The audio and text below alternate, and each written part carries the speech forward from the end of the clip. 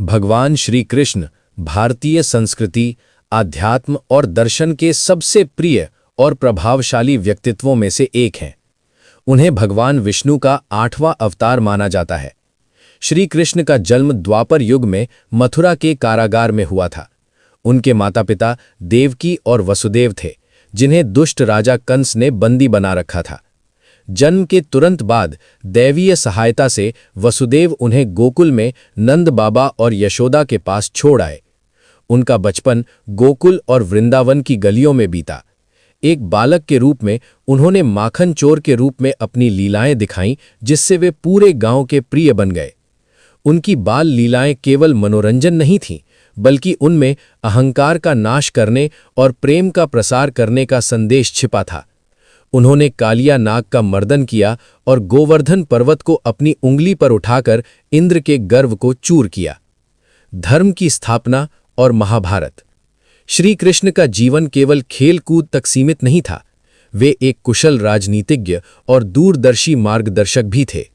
उन्होंने अत्याचारी राजा कंस का वध कर प्रजा को मुक्ति दिलाई। लेकिन उनका सबसे महत्वपूर्ण योगदान महाभारत के युद्ध में रहा। कुरुक्षेत्र के मैदान में जब अर्जुन अपने ही सगे संबंधियों के विरुद्ध युद्ध करने से हिचक रहे थे, तब श्री कृष्ण ने उनके सारथी बनकर उन्हें श्रीमद् भगवद गीता का उपदेश दिया। ये उपदेश आज भी दुनिया भर के लोगों के लिए जीवन जीने की सबसे बड़ी नियमावली है। उन्होंने अर्जुन को सिखाया कि फल की चिंता किए बिना अपना कर्म करना ही मनुष्य का परम धर्म है। श्री कृष्ण के स्वरूप।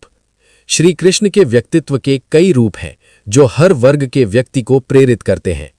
बाल कृष्ण, चंचलता और मासूमियत का प्रतीक। मुरलीधर, उनकी बांसुरी की तान प्रेम और शांति का संदेश देती है। योगेश्वर, वे परम योगी हैं जिनके पास ब्रह्मांड का समस्त ज्ञान है। सखा, सुदामा के साथ उनकी मित्रता निस्वार्थ प्रेम की पराकाष्ठा है। रणछोड़, शांति की स्थापना के लिए युद्ध टालने की चतुराई का उदाहरण। दार्शनिक महत्व। श्री कृष्ण का संदेश अत्यंत व्यावहारिक है। उन्होंने सिखाया कि भक्ति का अर्थ संसार का त्याग करना नहीं, बल्कि संसार में रहकर मोह माया से मुक्त होकर अपने कर्तव्यों का पालन करना है। उन्होंने धर्म यानी धार्मिकता की रक्षा के लिए सत्य और न्याय का मार्ग चुना, चाहे वो कितना ही कठिन क्यों ना हो। निष्कर्ष, भगवान श्री कृष्ण का संपूर्ण जीवन एक पाठशाला है। वे सिखाते हैं कि जीवन को उत्सव की तरह कैसे जिया जाए। चाहे वह प्रेम हो, युद्ध हो या ज्ञान, श्री कृष्ण हर क्षेत्र में पूर्ण है। इसीलिए उन्हें पूर्ण पुरुषोत्तम कहा जाता है। आज